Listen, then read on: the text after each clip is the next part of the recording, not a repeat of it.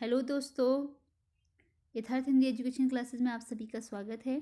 आज की क्लास में हम पढ़ेंगे हिंदी साहित्य आदिकाल से संबंधित इम्पोर्टेंट प्रश्न। पहले भी एक वीडियो में अपलोड कर चुकी हूँ, तो चलिए देखते हैं अगली क्लास को। आदिकाल से संबंधित कुछ इम्पोर्टेंट प्रश्न इसमें आपको मिलेंगे जो कि हिंदी टीजीटी पीजीटी आदि के लिए काफ़ी इम्पोर्टेंट होंगे। पहला प्रश्न है, डॉक्टर वूलर ने किस ग्रंथ के आधार पर 1875 ईस्वी में पृथ्वीराज रासो को जाली ग्रंथ कहा। आपको बताना है कि जो डॉक्टर वूलर थे जिन्होंने कि पृथ्वीराज रासो को जाली ग्रंथ कहा। ठीक है, डॉक्टर वूलर ने किसे जाली ग्रंथ कहा है? पृथ्वीराज रासो को। और इन्होंने 1875 ईस्वी में इसे जाली ग्रंथ की संज्ञा दी है। अब आपको यह बताना है कि डॉक्टर वूलर ने पृथ्वीराज रासो को जाली ग्रंथ किस रचना के आधार पर कहा है। उस रचना का आपका नाम बताना है जिसके आधार पर इन्होंने इसे जाली ग्रंथ कहा है।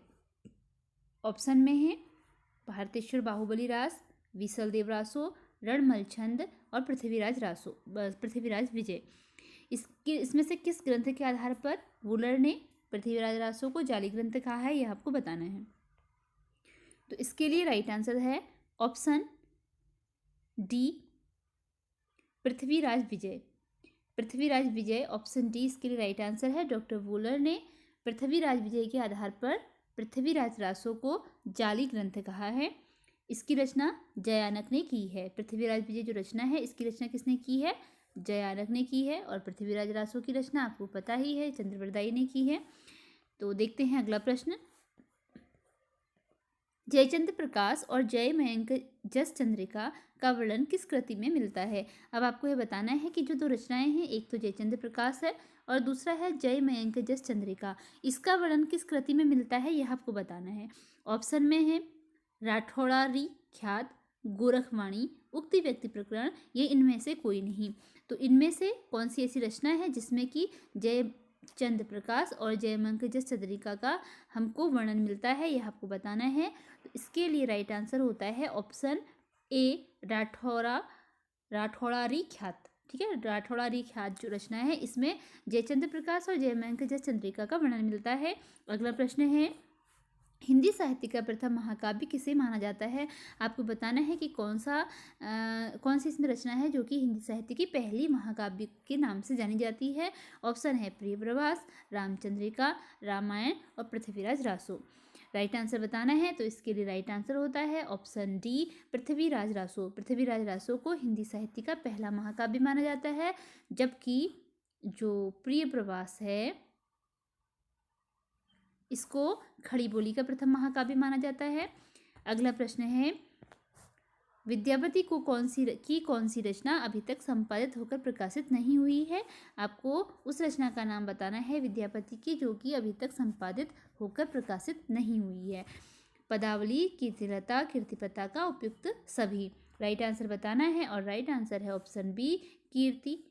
ऑप्शन सी, कीर्ति पताका। अगला प्रश्न है, आल्हा खंड का दूसरा नाम क्या है? आल्हा खंड का दूसरा नाम आपको बताना है क्या है? बिसल देव रासो है, परमाल रासो है, जसर चरित है या फिर आल्हा चरित है। तो आल्हा खंड का दूसरा नाम बताना है। इसके लिए राइट आंसर होता है ऑप्शन बी, परमाल रासो। ठीक है, आल्हा खंड का जो दूसरा नाम है वह परमाल रासो है, क्योंकि परमाल रासो जो रचना है उसमें आल्हा और ऊदल जो थे इन दो वीर सरदारों की लड़ाई का, युद्ध का वर्णन है, जिसके कारण इसे आल्हा खंड भी कहा जाता है। अगला प्रश्न है, आल्हा खंड किस ऋतु के समय गाया जाता है? आपको बताना है कि जो आल्हा खंड है वह किस ऋतु के समय में गाया जाता है। ग्रीष्म, शीत, वर्षा या फिर हेमंत। इसके लिए राइट आंसर होता है ऑप्शन सी, वर्षा। जो आल्हा खंड है वह वर्षा ऋतु के समय में गाया जाता है। अगला प्रश्न है, आल्हा और ऊदल भारतीय वीरता के उस आदर्श को प्रस्तुत करते हैं जिसे धीर वीर कहा जाता है। कथन किसका है? आपको बताना है कि यह कथन किसका है कि आल्हा और ऊदल भारतीय वीरता के उस आदर्श को प्रस्तुत करते हैं जिसे धीर वीर कहा जाता है। यह कथन किसने कहा है? आचार्य शुक्ल ने कहा है, धीरेन्द्र वर्मा ने कहा है, शिव सिंह सेंगर ने कहा है या फिर जॉर्ज ग्रियर्सन ने। तो राइट आंसर बताना है। बताइए कि राइट आंसर क्या होगा। इसका जो राइट आंसर है वो ऑप्शन डी है, जॉर्ज ग्रियर्सन। तो आल्हा और उदल को भारतीय वीरता का आदर्श प्रस्तुत करने वाले धीरवीर किसने कहा है? जॉर्ज ग्रियर्सन ने कहा है। अगला प्रश्न है, कुमारपाल प्रतिबोध किसकी रचना है? आपको बताना है कि जो रचना कुमारपाल प्रतिबोध है वह किसके द्वारा लिखी गई है। हेमचंद्र सूरी, सोमप्रभ सूरी, विजयसेन सूरी या नरपति नाल। इसके लिए राइट आंसर होता है ऑप्शन बी, सोमप्रभ सूरी। यह रचना सोमप्रभ सूरी की है। अगला प्रश्न है, नेमिनाथ चौपाई किसकी रचना है? आपको बताना है नेमिनाथ चौपाई किसकी रचना है। विजयचंद्र सूरी की है, शालिभद्र सूरी की है, जयानक है, इनमें से कोई नहीं। इसके लिए जो राइट आंसर है वह है ऑप्शन ए, विजयचंद्र सूरी। जो नेमिनाथ चौपाई रचना है वह किसकी है? विजयचंद्र सूरी की रचना है। अगला प्रश्न है, हजारी प्रसाद द्विवेदी ने चारुचंद्र लेख उपन्यास किस रचना के आधार पर लिखा है? जो रचना है चारुचंद्र लेख, यह किस विधा की रचना है? उपन्यास। रचनाओं की अक्सर क्या पूछ ली जाती है? विधा। ठीक है, तो इस रचना चारुचंद्र लेख जो है उपन्यास विधा की रचना है और लिखी किसने है? हजारी प्रसाद द्विवेदी ने। अब आपके यहाँ पर कितने क्वेश्चन सॉल्व हो गए? एक तो चारुचंद्र लेख उपन्यास किसका है? हजारी प्रसाद द्विवेदी का। दूसरा, चारुचंद्र लेख की विधा क्या है? उपन्यास। अब इसके बाद जो अगला प्रश्न है वह है कि किस रचना के आधार पर इन्होंने यह रचना की है, किस रचना के आधार पर लिखा है? तो ऑप्शन है कुमारपाल प्रतिबोध, कुमारपाल चरित्र, कुमारपाल प्रतिबोध, प्रबंध चिंतामणि और शब्दानुशासन। राइट आंसर आपको बताना है और जो इसके लिए राइट आंसर है वह है ऑप्शन सी, प्रबंध चिंतामणि। जो हजारी प्रसाद द्विवेदी का चारुचंद्र लेख उपन्यास है वह प्रबंध चिंतामणि के आधार पर लिखा गया है। अगला प्रश्न है, कुमारपाल चरित्र किसकी रचना है? कुमारपाल चरित्र किसकी रचना है? ऑप्शन है हेमचंद्र, सोमप्रभ सूरी, राम सिंह या फिर स्वयंभू। किसके द्वारा कुमारपाल चरित्र की रचना की गई है यह बताना है। इसके लिए जो राइट आंसर है वो ऑप्शन ए है, हेमचंद्र। कुमारपाल चरित्र जो है वह किसकी रचना है? हेमचंद्र की रचना है। अगला प्रश्न है, निम्न में से कौन सा गेय रासो है? इनमें से बताना है आपको कि जो गेय रासो है वह कौन सा है। बीसलदेव रासो है, परमाल रासो है, उपयुक्त दोनों आते हैं गेय रासो में या फिर इनमें से कोई नहीं। राइट आंसर देखते हैं। इसका राइट आंसर ऑप्शन सी है, उपयुक्त दोनों। ठीक है, उपयुक्त दोनों जो है वह गेय रासो के अंतर्गत आते हैं, बीसलदेव रासो भी और परमाल रासो भी। अगला प्रश्न है, किन्हें कलिकाल सर्वज्ञ कहा जाता है? अब आपको बताना है कि किन्हें कलिकाल सर्वज्ञ कहा जाता है। ऑप्शन में है स्वयंभू, सरहपा, विद्यापति और हेमचंद्र।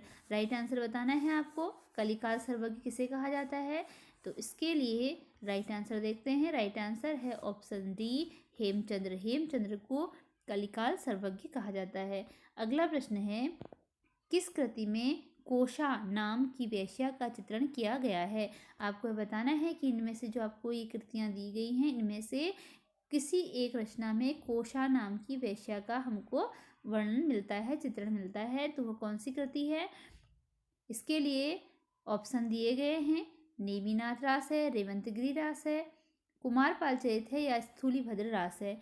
तो राइट आंसर बताना है और जो इसका राइट आंसर है वह है ऑप्शन डी, स्थूलीभद्र रास। स्थूलीभद्र रास में हमको कोशा नाम की वेश्या का वर्णन मिलता है। अगला प्रश्न है, गारसा दत्तासी ने रासो शब्द की उत्पत्ति किस शब्द से मानी है? गारसा दत्तासी ने जो रासो शब्द है इसकी उत्पत्ति किस शब्द से मानी है? इस रासो शब्द के बारे में हम पहले भी पढ़ चुके हैं। ठीक है, तो इसके बारे में हम पहले ही पढ़ चुके हैं कि रासो शब्द की उत्पत्ति रामचंद्र शुक्ल ने किससे मानी है? रसायन से मानी है। और अब किसके बारे में पूछा गया है? गारसा दत्तासी जी के बारे में पूछा गया है कि इन्होंने रासो शब्द की उत्पत्ति किससे मानी है?